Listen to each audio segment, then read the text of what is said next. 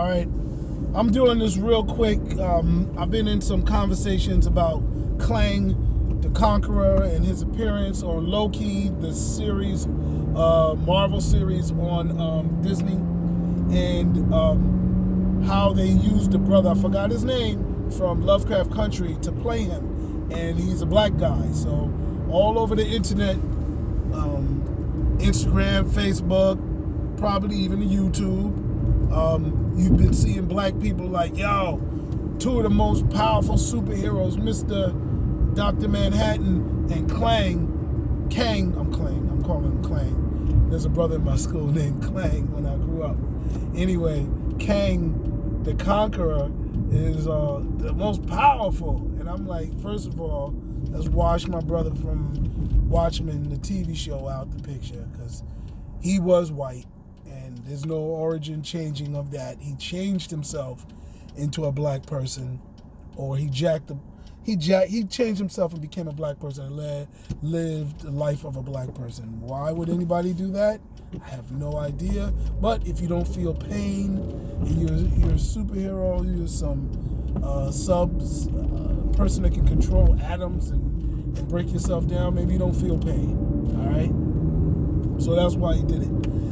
And then Kang, he's a person who can control time, and he runs the TVA, Time Variant Association, right? And they snatch people out of life and delete them into a void, all right?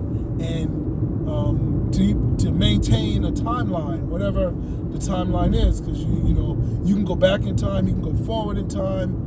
I don't know if there's sideways in time, but he can do all of that, right? And so he does it, and he has his soldiers out here adjusting, taking people out who are doing things that might mess up the sacred or his sacred timeline, right? Because we learned in Spider-Man, Welcome to the Multiverse, or Into the Multiverse, that there are multiple versions of Spider-Man. And unlike Kang, all of those Spider-Men are different, and they don't look alike. Whereas, and similar to the Lokis in the Loki show, he's got one that's a white girl, and that's fine. But he ain't got one that's a pig. He doesn't have one that's a little Asian girl. He doesn't have one that's a black guy. All those things. Yet he did have an alligator. I'll give him that, right? Or a crocodile. And there's a black Loki. So, all right, that's cool. So I want to know what they're going to do with Kang. Because Kang in the comic books was a white guy. And he was descendant of, he was a descendant of Dr. Doom. And he had some other elements that was connected to him. So no matter what, if you want to just take life and say that we all are, reincarnated, we experience things, we had a pre-life, we'll have an afterlife, all that cool stuff, then that's fine, and we come back as different things. But what I say is, when we're in this experience, we're locked in, right? So we're locked into being a black person, locked into being a man or woman at this particular time. So we experience things and relate to things from what we're locked in during this life. You understand what I'm saying? I am a human, right? Or I'm a spirit. I don't get sensitive to things the way alligators or pigs would, or white people would, because I'm experiencing this life as a black male. So my feeling on Kang is that if he can control time, he's got all these abilities to adjust the sacred timelines to make certain things happen, then why not deal with slavery, right?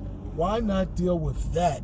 And why not be held to it? Shoot, hold Dr. Manhattan. If you're a black dude, you got all this power, and Dr. Manhattan really kind of has not tried to manipulate and control the world the way Kang has.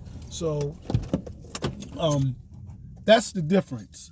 So I feel that and probably I'm gonna press some nerds to find out that real hard comic boy fanboys, right? To find out if Kang has ever dealt with anything like the Holocaust. Now, if he dealt with the Holocaust, then there's no reason why he can't deal with slavery, segregation, and all those atrocities to black people as a black person. And that's the baggage that you accumulate. Now, if he'd have gone Native American, we'd have been like, yo, get all these people. How is America going to be the same if this guy can control time and he can go back there and smack DeSoto and America Vespucci and Columbus around and just delete them from the timeline, right? If he could do that, then a Native American Kang should be doing that, right? So you want to know what is so important to the timeline if atrocities are not as important, if not more important. So I'm waiting to see that. That's been my question. People have debated me. Oh God, black people, oh my God, you can't say that. You can't, what? It's fiction, right? Anything is anything you can make sound reasonable, you can put into fiction. So stop it. And I'm not being some wild hotep, doing that. Captain America was one of the first superheroes. He dealt with the Nazis. He's Jewish. Okay, move out the way. All right, so that's kind of what superheroes was created for, to deal with real life villains and all of those guys, Columbus and everybody that was participating in slavery and segregation. They ain't my villains. All right, welcome to that. Native Americans, they villains, right? Welcome to that. Anyway, deuces.